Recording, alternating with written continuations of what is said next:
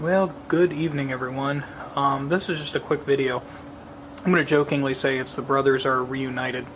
We have just gotten in, and I've restored. It's mine now, and you can't have it, he said facetiously. It's a Peavey T-60 guitar. This is actually one of the earlier ones, probably from the first few years, likely a 79. Sitting next to a later model T-40 bass. And the T-40 bass is probably about an 84. Let's take a look here, top down.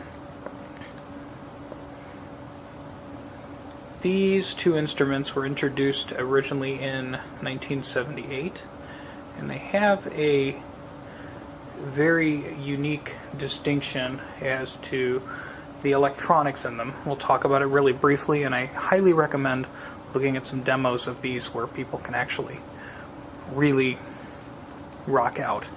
I'm a bit of a hack musician, but the neat thing about these is obviously initially you look at them, they sort of resemble a Fender a little bit, but we have some distinct differences.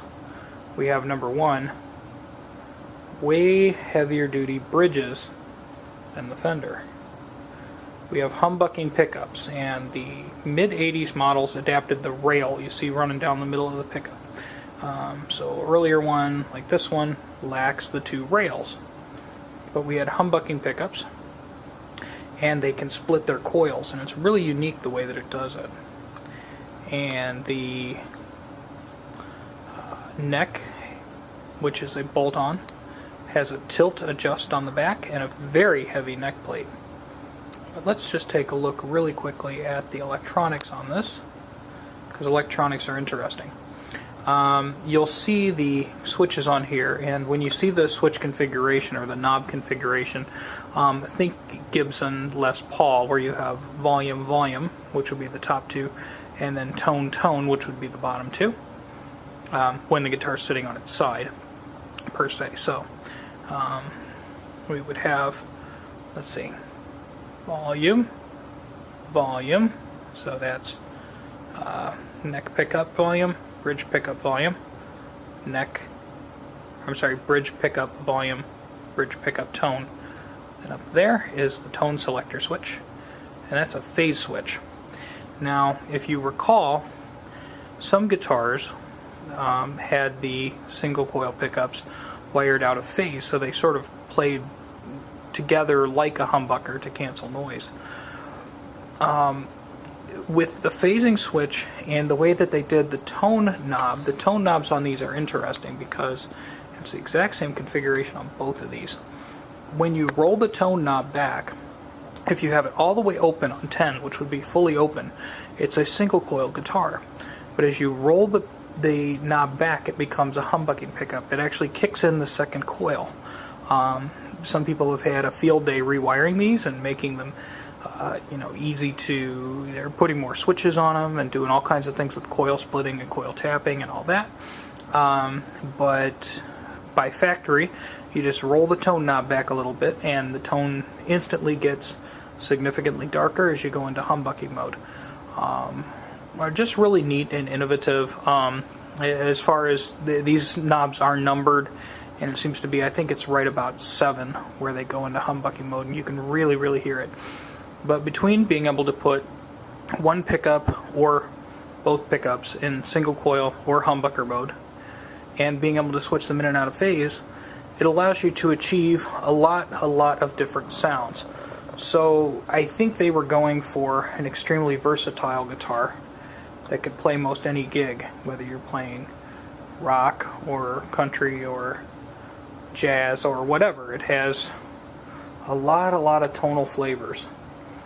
And the neatest distinction of these guitars, and I look around, you'll find it on YouTube, where they've interviewed Hartley Peavey. Being out in Mississippi where they were, there were not a lot of other companies to collaborate with, so it was a very do-it-yourself.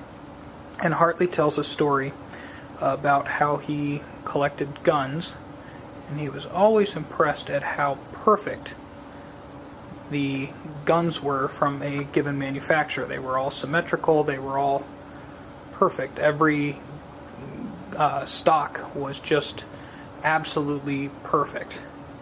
And he discovered in that they were using a thing called a copy lathe, which, again, we think of CNC machines and everything making guitars, but that wasn't the case in 1978, I believe, when they started producing these.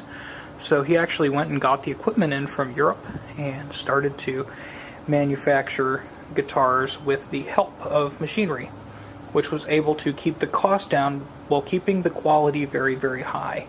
Anyone who has ever played one of these realizes it is built like a tank.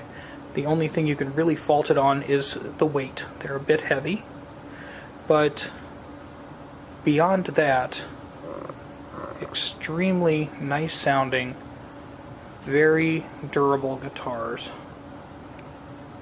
So, historically, they would be the first US-made guitars made with the assistance of automated machinery, which is now pretty much everywhere. But Peavey was the first. They produced these for a number of years. They're out there. You can find them, but it didn't become a legendary guitar, probably because there were other guitars already established, and Peavey making a guitar would kind of it's sort of like, we'll say Ford Motor Company making an airplane. It just isn't what you would expect them to do. I think Ford actually does have an aeronautic division, but it doesn't matter. You understand what I'm talking about. It's sort of like a dog going meow. So it didn't necessarily catch on big time, but the people who have these guitars absolutely love them. And now that I have mine, both of them, I will gladly show them to you, but I'm not going to sell them. I did a restore job on both of these, more like a rehabilitation. They didn't need severe work, but thought I'd show them to you. And the price on these is sneaking upward. It is really sneaking upward. But these particular instruments are trending probably between the $500 and $600 mark in good condition, in really good condition. And if you're very, very careful, you'll be able to find a guitar in immaculate condition that needs nothing more than a lot of dirt cleaned off of it. And that's your ideal scenario. We had a little bit more with these.